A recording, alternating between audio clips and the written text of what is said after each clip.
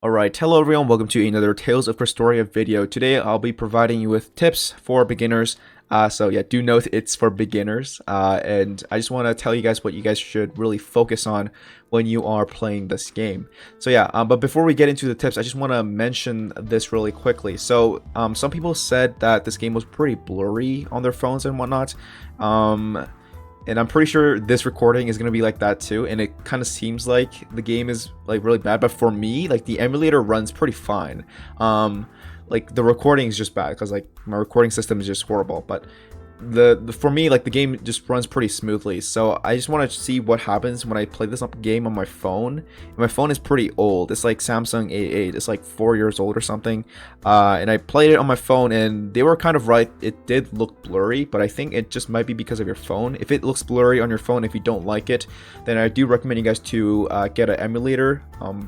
I would probably recommend LD Player, Nox, or Bluestacks. I actually never played Nox or on LD Player, but if you are running through Bluestacks, I know you guys can face this issue where whenever you start a battle, you get into this crash. Now, to fix that is to go to your settings on your emulator, go to engine, and change your CPU core to 1 from whatever number you are at.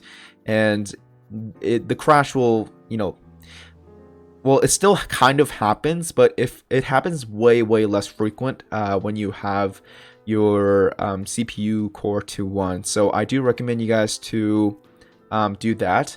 But yeah, that's a pretty quick tip from me for Bluestacks emulator. I'm not sure if this problem occurs in the LD player or Nox. If it doesn't, and if you guys have tried them all, then please let me know which one's the best, and because it's gonna help a lot of people too. So yeah, there you go. But yeah, other than that, let's get into the video.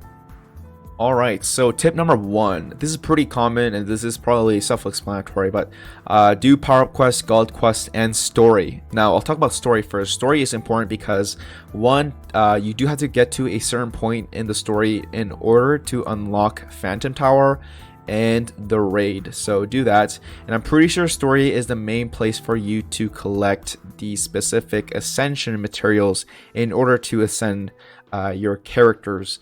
Now ascend, basically, I'll show you how this works. It's pretty self-explanatory.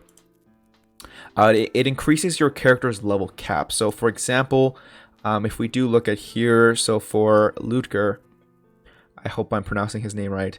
I can ascend him. I have these materials, and I do need some gold, which is why gold is a little bit important, because obviously the higher the rank, the more gold you need. So do that. So I ascend it, and obviously this is increased to 50k gold, and obviously I only have 100k. So yeah, gold is pretty important, and these materials are, I'm pretty sure these are farmable only in story. So yeah, do keep that in mind. So that's one of the reasons why story is important, and I do recommend you guys to go through that.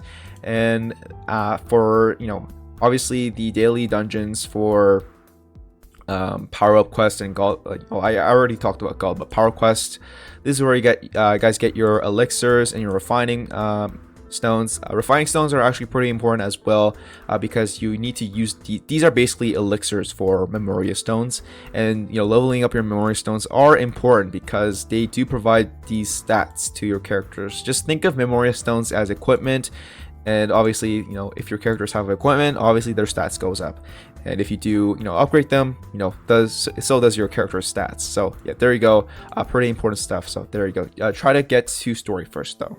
That's pretty important. Okay, so tip number 2. This does relate to tip number 1. So Phantom Tower and raid, these are actually pretty important too. So I'm pretty sure this is the only way for you to get these books and these tomes, and this increases a character's arts number 1 and 2 by a certain amount, and I'm pretty sure these are the only place where you guys can get these tomes, but mainly you would probably get them from the raid. But Phantom Tower is pretty important because they do have limited memoria stones, and you probably do want to get these because there's one SR here, another one there, and another SSR there, and a SSR here, and these are pretty important. So actually, I'm not sure which what these do, because they never really tell you. They do show you the stats, and this this is actually a pretty decent stat. So I do recommend you guys to try to climb as far as you can for Phantom Tower, and for raid. So for raid, well, obviously, like I said, this is where you guys get your tomes, and I'm pretty sure you get your exchange SSR characters here as well, like your Memoria stones too. So there's a gold medal and a silver medal. I'm pretty sure you get gold medals if you are like top 4 or something in the damage contribution there. So try to invest in your characters, because you probably do want these characters. I don't know if we can check them. I don't think we can, unfortunately. So yeah, whatever, because these rewards are pretty nice, and there's an SR here for silver, and there's a bunch of tomes here available for you as well, and some attachment exchange tickets, which aren't too important, but it's free shit, so why not?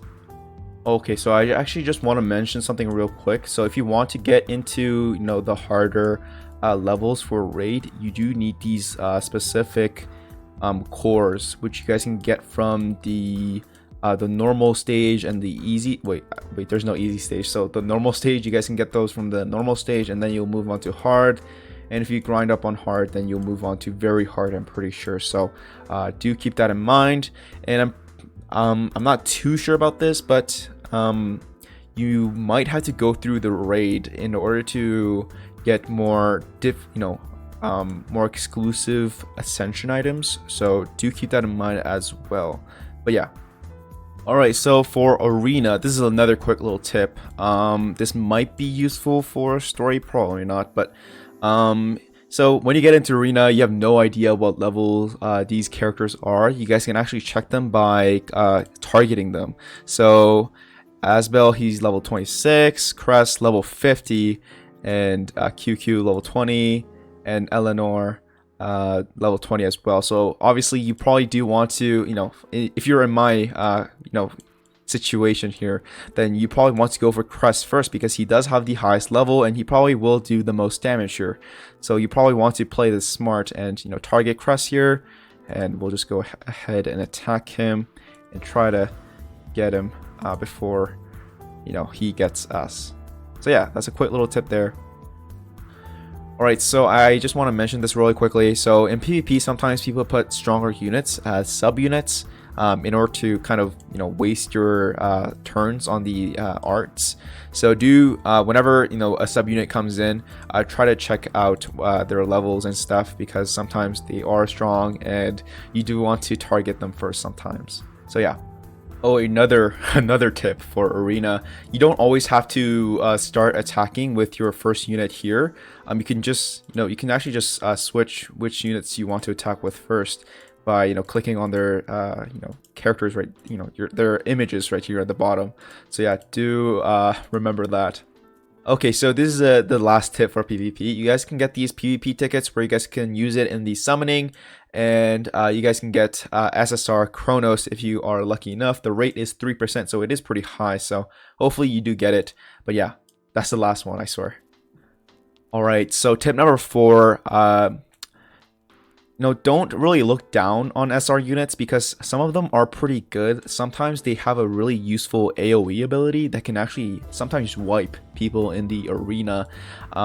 Obviously it never happened to me, but but some SR units that even if they don't have the AoE ability, they are sometimes good. So for example, this unit here, her awakening skill is plus 11% attack to all allies. Obviously I do need more dupes for her in order to unlock this, but as you all know, SR units are much more easier and much more common than SSR units. So it might be a pretty good investment in the future. So I do recommend investing in at least, try at least one, because they might be useful.